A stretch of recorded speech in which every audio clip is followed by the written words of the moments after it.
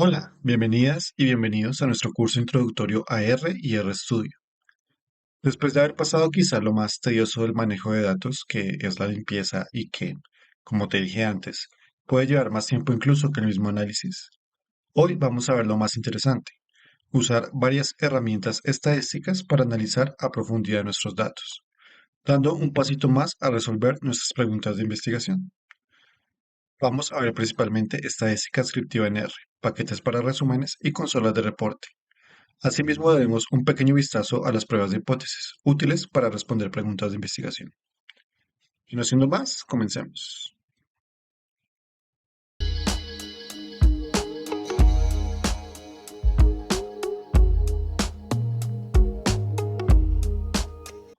Entonces, vamos a iniciar con un análisis exploratorio de los datos. La correlación puede entrar en esta categoría, pero la abordamos en la sesión anterior para explicar con más detenimiento todas sus particularidades. La herramienta más usada para hacer un análisis exploratorio de los datos es la estadística descriptiva, que, como su nombre lo indica, nos ayuda a describir características subyacentes a los datos. La estadística descriptiva podemos dividirla en dos: las medidas de tendencia central, que mide la parte media de una distribución, y las medidas de dispersión, que nos permiten conocer la estructura de la distribución de los datos. Pero esos conceptos es mejor entenderlos en la práctica. Así que vamos a RStudio y vamos a seguir trabajando en nuestro data frame o base de datos sobre crímenes en los Estados Unidos y las comunidades.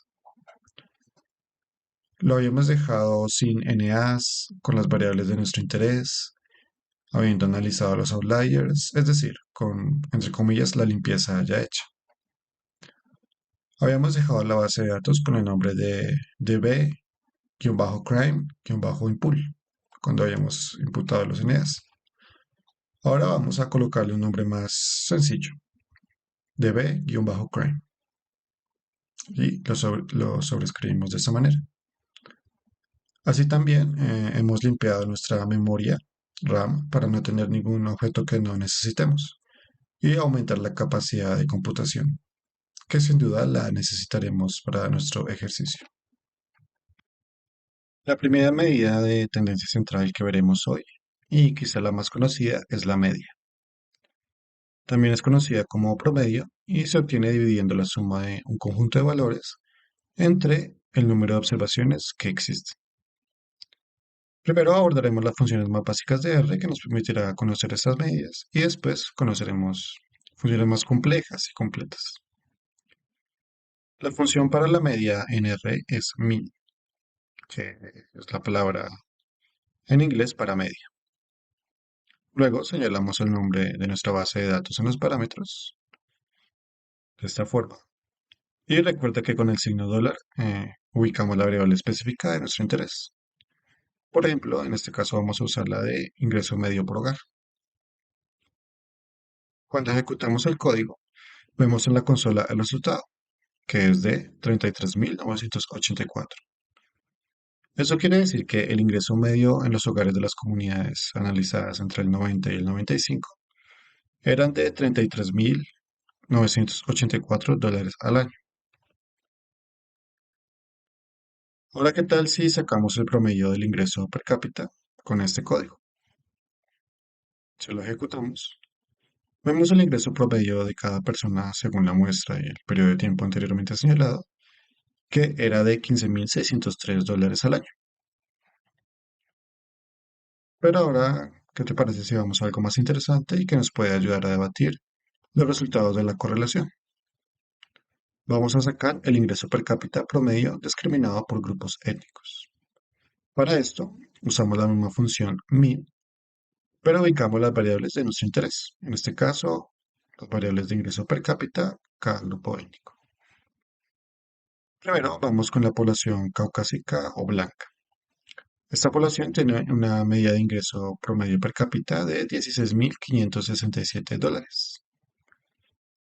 La población afrodescendiente, como vemos aquí, tiene una media de ingreso per cápita de $11.541. La población proveniente de la India tiene una media de $12.229. La población asiática promedia unos $14.227, la población hispana unos $11.019 y otras poblaciones étnicas unos $9.444 de ingreso por persona. Podemos concluir de estos datos que es la población caucásica la que posee un mayor ingreso per cápita, junto a la población asiática, mientras que poblaciones como la de otros grupos étnicos, la población hispana, afrodescendiente, son las que menos ingreso tienen por persona en un año. Diciente, ¿no? Esto si recordamos las conclusiones que sacamos de las correlaciones. Pero el problema con la media es que como toma los datos, o sea, todos los datos y realiza un promedio, se ve muy afectado por los datos atípicos o outliers. Por ejemplo, si usamos la función max, que nos muestra el valor más alto en una variable, en la variable ingreso per cápita de la población afrodescendiente, por ejemplo, vemos que ese dato es de $212.120. Mientras que si usamos la misma función para la población caucásica, el máximo valor encontrado es de $68.850. La comunidad que tiene un ingreso de medio de $212.120 en la población afrodescendiente es un outlier, pues se aleja mucho de la media, ¿no? Pero no tenemos elementos para decir que el dato está equivocado o no es real. Recordando el contexto en el que estamos, puede que sea real, pero sin duda que este dato nos afecta mucho la media. Por lo que si, digamos en un caso hipotético, fuera un error más que un dato real, nos bajaría mucho más la media si lo eliminamos del ingreso medio por persona en la comunidad afrodescendiente. Posiblemente nos bajaría unos 500 o $1.000 la media. Es por esto que debes tener muy en cuenta los outliers en tu análisis y también no confiar mucho en la media, ya que puede ser muy afectado por los datos atípicos. Te invito a que hagas el ejercicio con los demás grupos étnicos. Otra medida de tendencia central, que esta vez no se ve afectada en demasía por los datos atípicos, es la mediana. Esta medida se encuentra justo en la mitad de la distribución.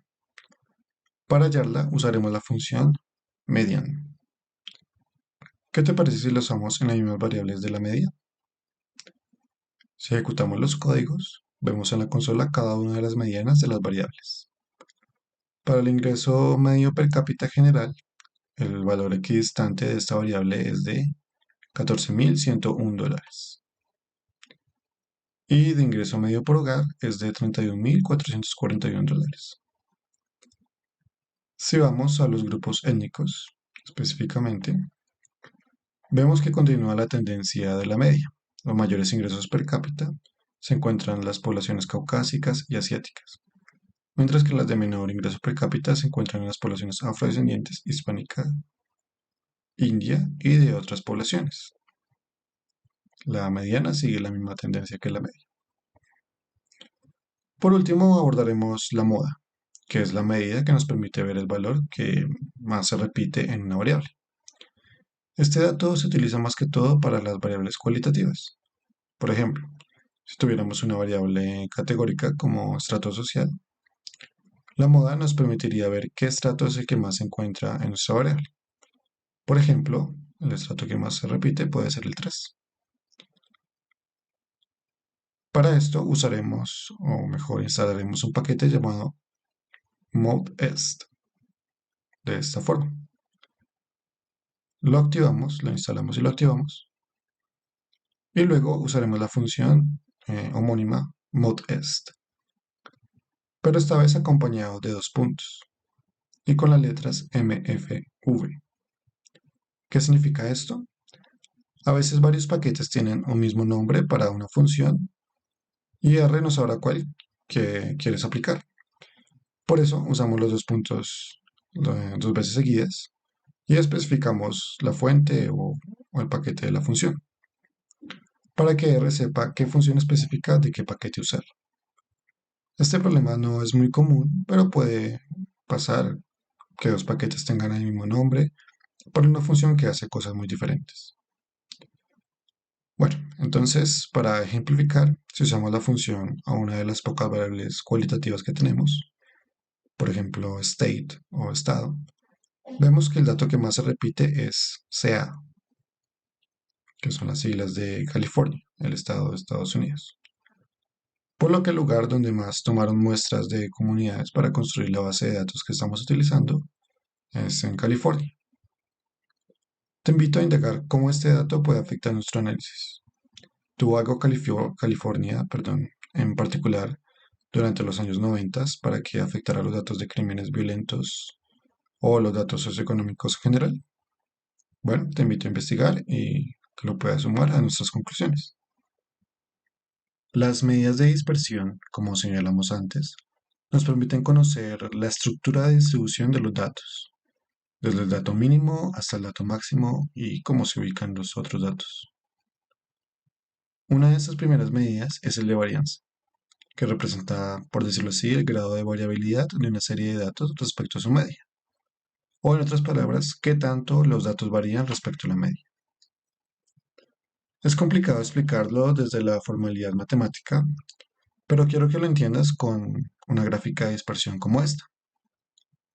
Entre más unos datos en su distribución estén cerca de la media, o sea, una campana achatada, la varianza es menor.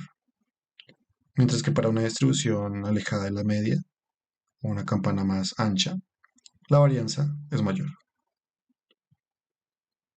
Se calcula en R con la función var. Por ejemplo, si lo calculamos con dos variables que vimos que son algo disparejas, por ejemplo, el ingreso per cápita de la población asiática y la población hispana, cuando ejecutamos ambos códigos, vemos que la población hispana tiene una mayor varianza que la población asiática en el ingreso medio per cápita. El ingreso por persona de la población hispana varía más que el de la población asiática, que se mantiene un poco más en su media. Si no comprendiste muy bien qué es la varianza y qué implica, no te preocupes. Será entendible más adelante cuando lo veamos con gráficos. Te invito a realizar el ejercicio con las demás variables. Pero la varianza tiene el mismo problema de la media. Se ve muy afectada por los datos atípicos, por lo que no suele ser muy utilizada en la estadística, más que para apoyar otros cálculos. Pero ahora veremos una medida de dispersión que sí que se utiliza ampliamente en los análisis estadísticos, la desviación estándar. Esta medida nos permite conocer la distancia de los valores respecto a su media. ¿Cuál es la diferencia con la varianza? En realidad, ambos miden lo mismo, la variabilidad de los datos. Pero la varianza nos ofrece un grado de dispersión, mientras que la desviación estándar nos ofrece una distancia. La ventaja de esta última es que nos da el resultado en la unidad de medida de la variable, mientras que la varianza no lo hace. Además que la varianza es más afectada por la media, mientras que la desviación estándar no tanto. En fin, sé que suena un poco complejo, pero vamos a la práctica y así aprenderemos mejor. Para la desviación estándar usaremos la función SD sobre las variables de nuestro interés. Por ejemplo, apliquémoslo a las variables de ingreso medio per cápita para la población caucásica blanca, la población india y la población afrodescendiente de esta manera. Si vemos en la consola, la población caucásica tiene una desviación típica de $6.346, mientras que la población proveniente de la India tiene una desviación de $14.853. Por su parte, la población afrodescendiente tiene una desviación de $9.232. ¿Qué conclusión podemos sacar?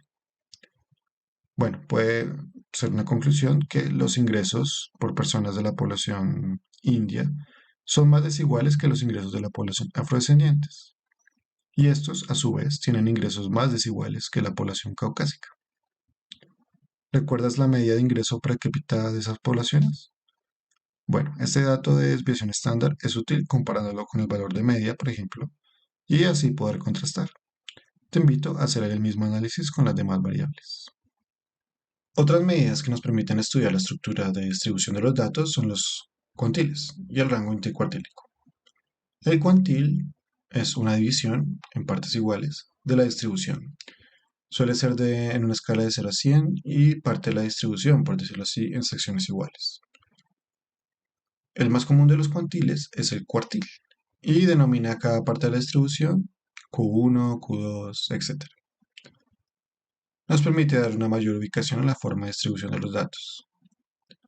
Para R, la función para esta técnica es quantile. Aplicémosla tal vez a la variable de ingreso medio por hogar, de esta manera. Cuando ejecutamos el código, podemos ver en la consola que nos arrojó unos porcentajes. ¿Qué nos indican? Nos indican la repartición de los ingresos medios en la distribución. Por ejemplo, el primer cuartil llega o empieza desde el valor de $8.866, que es el valor mínimo. Cuando llegamos al 25% de los valores, el ingreso medio es de $23.817. Al llegar al 50% de todos los valores, que es equivalente a nuestra mediana, el valor es de $31.441. Y así sucesivamente hasta llegar al 100% de la distribución, cuyo valor máximo es de $123.625. Esto nos puede indicar que hay una desigualdad muy importante en los ingresos medios, sobre todo desde los valores mínimos hasta los ubicados en el 75%. El último cuartil, que es el de los ingresos más altos, posee una gran distancia respecto a los demás cuartiles. Por último, vamos a ver el rango intercuartílico. Este expresa la diferencia entre el primer cuartil y el tercer cuartil. Es muy bueno para estimar el grado de distribución ya que toma como punto de referencia la mediana, por lo que no se ve afectado por los datos atípicos. Entre mayor un rango intercuartílico, mayor la dispersión de los datos. Es muy útil para realizar comparaciones entre variables semejantes. Por ejemplo, si tomamos el ingreso medio per cápita de las poblaciones afrodescendientes y asiáticas en nuestra base de datos, de esta manera, vemos que hay una mayor distancia entre el primer y el tercer cuartil en el ingreso de la población asiática, mientras que hay menos distancia entre los mismos cuartiles para la población afrodescendiente, por lo que se puede decir que la distribución de ingreso per cápita es más amplio en la población asiática, comparada con la población afrodescendiente.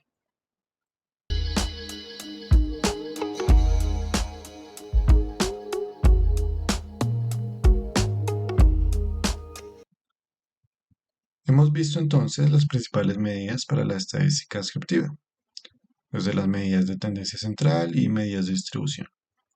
Pero obviamente no tienes que estar escribiendo varias veces el mismo código para hallar estas medidas.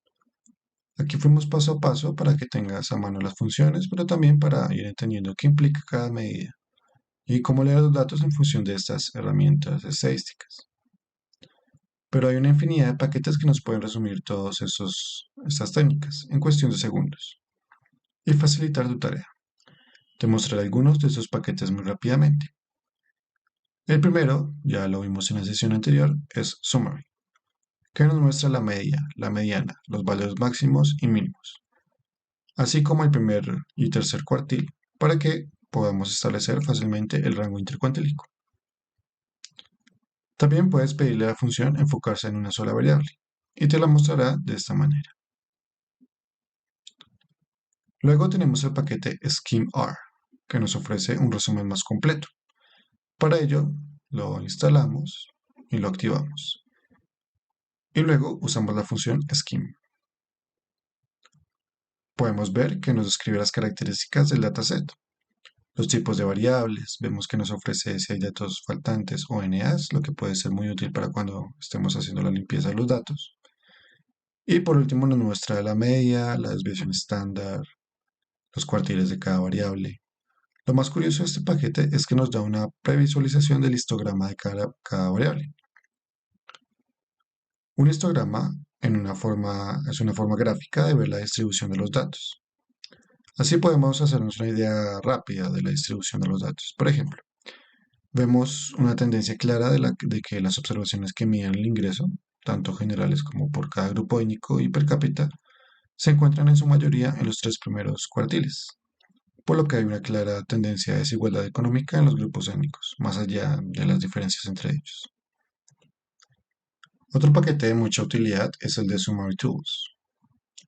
Lo instalamos, lo activamos y vamos a usar el siguiente código, especificando la función que necesitamos. En este caso, describe o describir. Cuando lo ejecutamos, en este caso debemos endurecer un poquito la consola así. Y ahora sí, ya podemos ver completo lo que nos da el paquete. Nos ofrece una especie de tabla, relacionando las variables con cada uno de los estadísticos descriptivos más relevantes. Además nos da el rango intercuartílico, entre otras medidas que no vimos en esta clase, pero te invito a que investigues. Estas tres suelen ser muy conocidas para hacer resúmenes, los paquetes que te mostré antes, pero hay una infinidad de paquetes para hacer resúmenes creados por la comunidad de R. Te invito a que investigues en las páginas de paquetes de R y en Internet en general, para ver otras funcionalidades que te pueden ser útiles.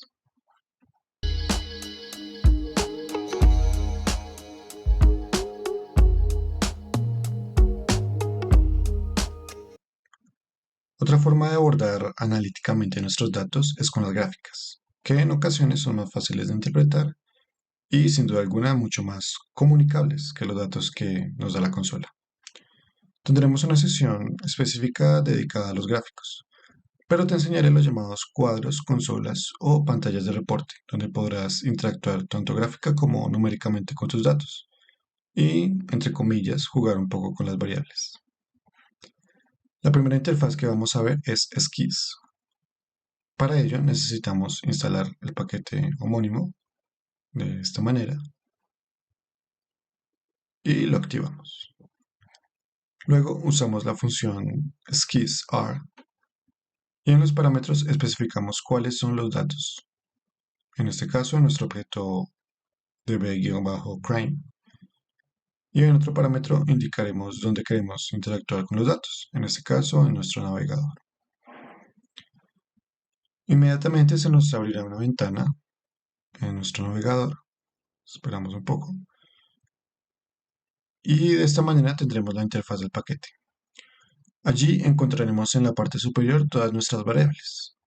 En los cuadros punteados, características de los gráficos, como cuál variable está en la columna X y cuál en la Y, si quieres relacionarlos. Fill para saber qué valores puede tomar una gráfica, color, el tamaño, entre otros. Igual, no te preocupes, todos esos conceptos los veremos en nuestra sesión sobre gráficos. Abajo tenemos unas especies de pestañas.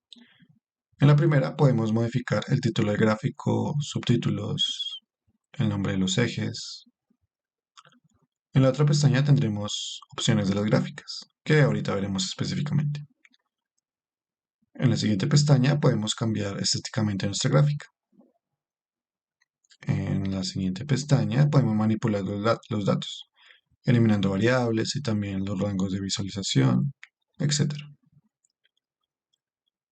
En la última pestaña, Esquisse nos dará el código de la gráfica, si queremos copiarlo y pegarlo en nuestro script para poder usarlo luego, y así guardarlo y acceder fácilmente a él. Probemos tal vez con una variable, por ejemplo con porcentaje de personas desempleadas, que es esta de acá. Automáticamente nos mostrará un histograma con la distribución de los datos.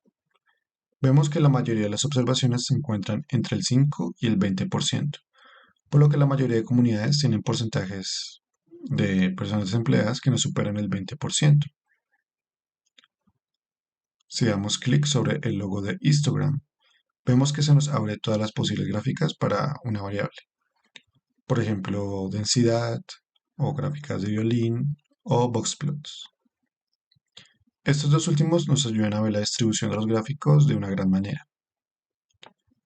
En el caso específico del diagrama de cajas, por ejemplo, el rectángulo que vemos aquí nos señala el 50% de los datos que más cerca se encuentran de la mediana. Las líneas ya son datos que se escapan de ese 50%. Y los puntos que vemos aquí son considerados datos atípicos, que se salen del comportamiento normal de la distribución. Vemos que hay una comunidad que tiene hasta un 60% de la población desempleada. ¿Es posible esto? Bueno, es posible que haya una comunidad con tal porcentaje de población desempleada. Recuerda nuestra discusión sobre los outliers. Depende del contexto. Si esta gráfica fuera una gráfica de una variable llamada edad y ese puntico fuera un dato de 300 años, probablemente tendrás que eliminar la observación o pasarlo por un dato vacío o NA, en fin. El diagrama de cajas es muy útil para detectar datos atípicos. Lo bueno de esta consola es que puedes ignorar los datos atípicos sin necesidad de borrarlos, yendo a la pestaña Data y ubicando la variable de interés, en nuestro caso, población desempleada. Así, si puedes ver, mientras disminuimos los rangos extremos, la gráfica de cierta manera se normaliza y elimina los outliers. Pero ten cuidado, porque como te dije mil veces, tal vez estos datos atípicos sean sustanciales en el contexto y para el análisis. Entonces piénsalo dos veces antes de hacer esto o eliminarlos. El diagrama de violín, como te muestro acá, sigue la misma lógica que el de cajas, pero nos permite ver mejor la distribución. Ahora, si queremos analizar la relación entre dos variables, por ejemplo, el porcentaje de población afrodescendiente, aquí, y la variable de ingreso medio por hogar, de esta manera.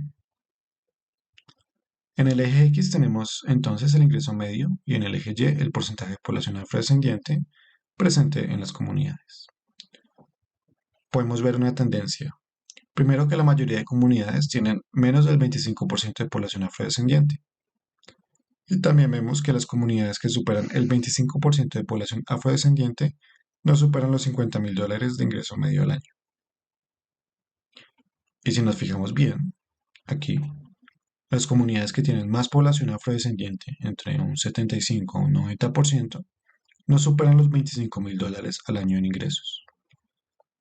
Solo dos comunidades se salen de esa tendencia, aunque pues no en demasía. E incluso dos de esas comunidades son las que menos ingreso medio tienen, de todas. Probablemente ubicándose por debajo de los 9,000 u $8,000, incluso menos.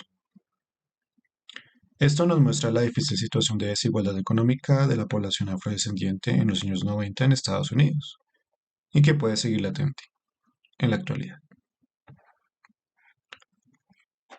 Si vemos la población caucásica de esta manera, la tendencia es diferente, partiendo de que la mayoría de las comunidades de los Estados Unidos superan el 50% de población blanca y que se ubica la mayoría en ingresos entre los 15 y los $50,000 anuales promedio por hogar. Pero si vemos las comunidades con mayores ingresos, que superan los $75,000 anuales, tienen entre un 60 y 90% de población caucásica. Estos datos nos sirven para seguir debatiendo, valga la redundancia, el problema que hemos planteado en la sesión anterior y discutir un poco con los resultados de la correlación. Puedes sacar tus propias conclusiones. También podemos usar otro tipo de gráfica para estimar relaciones entre variables, como por ejemplo el de líneas, pasos, pero el mejor para estos casos es el de puntos. También puedes descargar el gráfico directamente dándole clic a este símbolo, de esta manera, y eligiendo el formato que desees. Por último, si tienes variables cualitativas, por ejemplo state, podemos ver que Skis nos da un gráfico de barras para medir frecuencias. Te invito a que, entre comillas, juegues con la interfaz de Skis, que es muy útil. Al terminar con la aplicación, cerramos la ventana. Y si nos vamos a R, a la consola, y vemos que el programa sigue ejecutándose, solo le debemos dar al símbolo de Stop, aquí en la parte superior derecha de la consola, para que pare la operación. Y listo, podemos seguir usando RStudio sin ningún problema. Skis es un paquete mucho más enfocado en los gráficos, al contrario de ExpandR, que es un paquete para realizar reportes mucho más completos. Lo instalamos, lo ejecutamos de esta manera. Puede que demore un rato en instalar, ten un poco de paciencia. Cuando hayamos terminado con la instalación, lo activamos y usamos la función expand de esta manera. Y en el parámetro colocamos nuestra base de datos. Al ejecutarlo se nos abrirá una nueva ventana, ya sea de RStudio o en tu navegador. Esperamos un poco a que cargue el reporte, puede que tarde un poco dependiendo de tu computadora. Y una vez esté listo, tendremos varias opciones para manipular nuestros datos. Tenemos primero una opción para filtrar los datos por las variables nominales o categóricas, como vemos acá. También nos ofrece una opción para ignorar los datos atípicos, muy útil también si tenemos datos extremos que entorpecen nuestros análisis. Tenemos la opción de un gráfico de barras para nuestras variables cualitativas. Como ves, puede ser un poco demorado de cargar, pero no te preocupes, es normal. También puedes añadir variables. Asimismo, te presenta un resumen de estadísticos descriptivos, como vemos acá, y también como vimos anteriormente con los paquetes de resúmenes. Igualmente podemos usar barras horizontales para ver un estadístico descriptivo, por ejemplo, media de la variable, no sé, en la población urbana, y filtrado por estado. Y aquí lo podemos ver. Asimismo, si seguimos bajando, podemos tener gráficos de distribución de cada uno de los estados. Por ejemplo, el ingreso medio y ver la diferencia entre los estados, de esta manera. También podemos tener un tipo de matriz de correlación. A diferencia del que vimos en nuestra sesión pasada, esta tiene figuras y colores. Podemos tener también un scatterplot o diagrama de puntos, como lo vimos con Skies, donde podemos incluir más variables incluso, y más figuras informativas, como agregar otra variable que sea reflejada en el tamaño de los puntos, por ejemplo, o por el color, etc. También tenemos una línea de tendencia que es muy útil. Y en la parte final podemos ver una sección para análisis de regresión, en el cual no nos adentraremos en este video ya que es algo mucho más avanzado, pero pues para que lo tengas en cuenta que lo puedes hacer. Y vale, como puedes ver, este paquete es mucho más completo y nos permite, entre comillas, jugar mucho más con nuestras variables. Y sobre todo de relacionar de manera múltiple todas las variables. Este es sin duda uno de mis paquetes favoritos. El último que veremos es el de DataMate. Es este, lo instalamos y lo activamos. Luego usamos la función de este paquete que es makeDataReport de esta forma. Y en los parámetros colocamos nuestra base de datos y la salida para la visualización. Se nos abrirá una nueva ventana en el navegador. Este paquete es mucho más sencillo, pero nos ofrece una descripción minuciosa de cada variable. Y así, de manera automática, nos advierte sobre posibles datos atípicos, como lo podemos ver aquí abajo. Es muy útil para resumir tus datos, aunque puedes llegar a ser un poquito limitado. Pero bueno, estos solo fueron 3 consolas de reporte, pero pues como tú sabes, la gran comunidad de R tiene muchos más paquetes para hacer reportes y consolas de estadísticos descriptivos, etc. Te invito a que investigues qué otros paquetes hay por internet y si hay muchos mejores que los que te mostré hoy, compártelo con nosotros.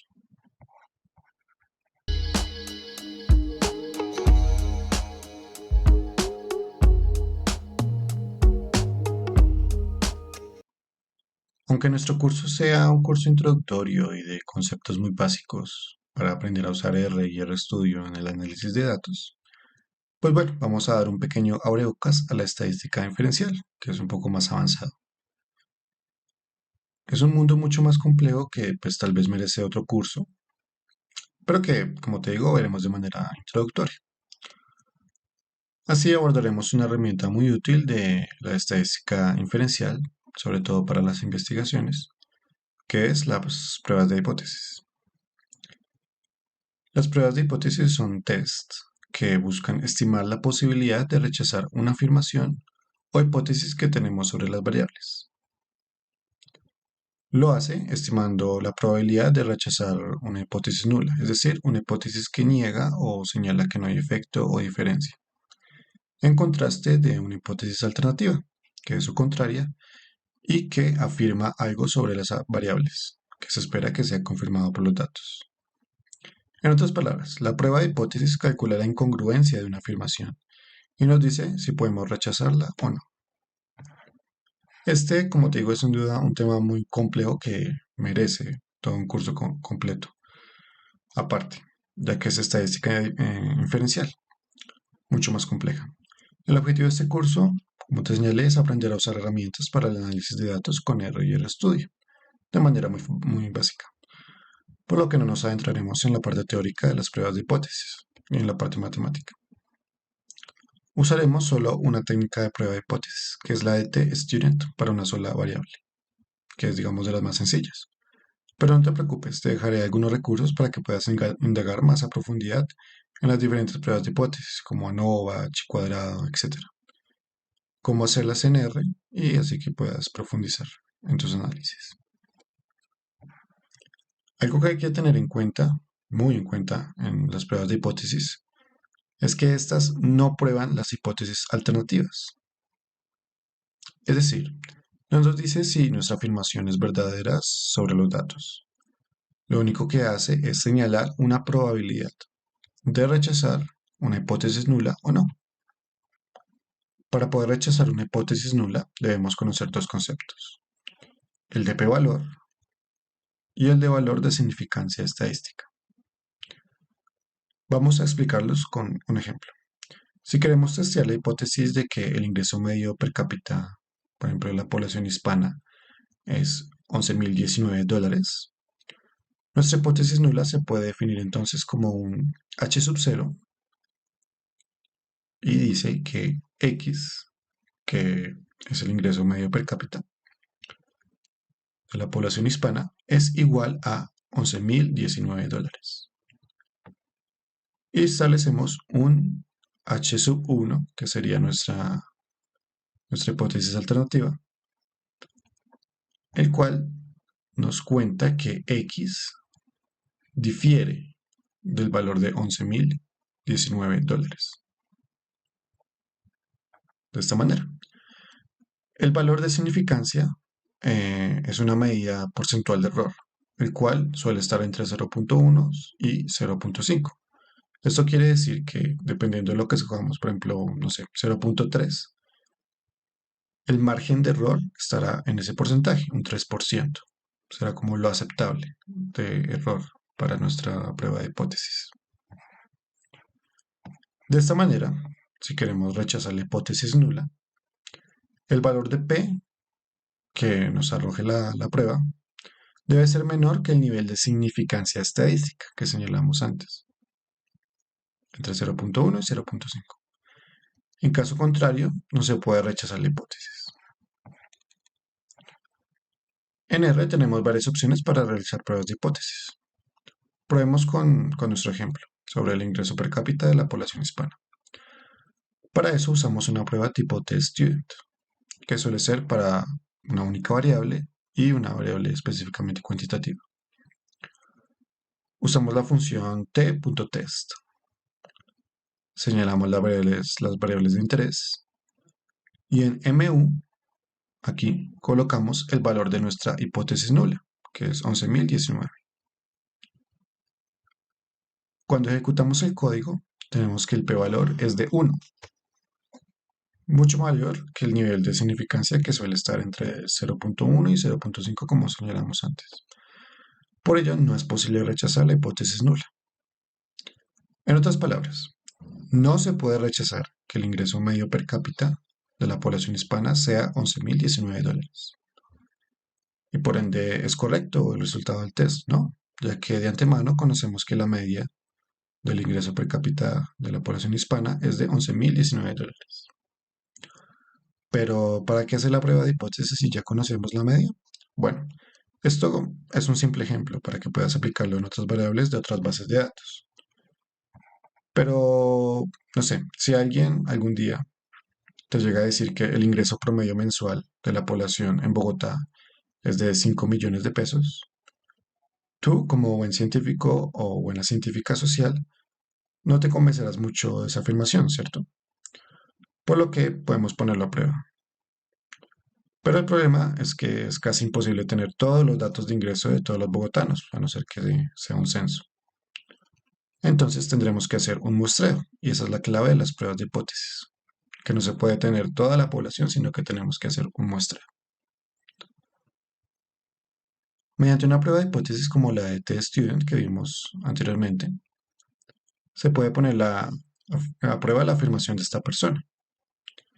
Y dependiendo de la técnica de muestreo y la prueba de hipótesis utilizada, podemos rechazar la hipótesis nula, es decir, desmentir la afirmación de que los bogotanos tenemos un ingreso promedio mensual de 5 millones de pesos. Recuerda que las pruebas de hipótesis son parte de la estadística inferencial. Eso quiere decir que no puedes tener todas las observaciones y que necesitas realizar un muestreo para poner a prueba la hipótesis sobre los datos.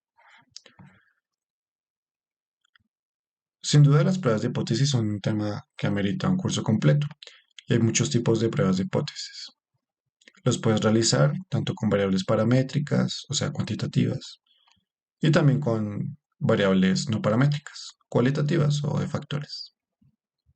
En este caso vimos un ejemplo con una sola variable paramétrica, pero si deseas ver las demás pruebas de hipótesis posibles como ANOVA, chi cuadrado, etc., te dejaré en la descripción recursos para que los veas y puedas, entre comillas, chismosear las pruebas de hipótesis y que aprendas a utilizarlas en RStudio. Y bueno, hemos llegado al final de nuestra sesión de hoy. Tal vez una de las más largas, pero también la más sustancial para introducirnos al mundo de R y el estudio y el análisis de datos como tal. Vimos las principales medidas de tendencia central y de varianza. Vimos cuadro de reportes muy útiles y sacamos conclusiones muy interesantes de nuestro ejercicio con la base de datos de comunidades y crímenes en los Estados Unidos. Conclusiones, por ejemplo, de que la tasa de crímenes por cada 100.000 habitantes puede estar más relacionada con la desigualdad económica y la segregación racial que por la pertenencia étnica. Asimismo, tuvimos un abrebocas de estadística inferencial, con las pruebas de hipótesis, un tema más avanzado, pero que gracias al abordaje de conceptos como el p-valor, la significancia estadística, ya podemos adentrarnos más a profundidad en este tema en futuros cursos. En nuestra última sesión veremos cómo hacer gráficas en R, de todo tipo, combinando la práctica con teorías de visualización para que puedas mostrar los resultados de tu análisis de una forma muy profesional. Te espero.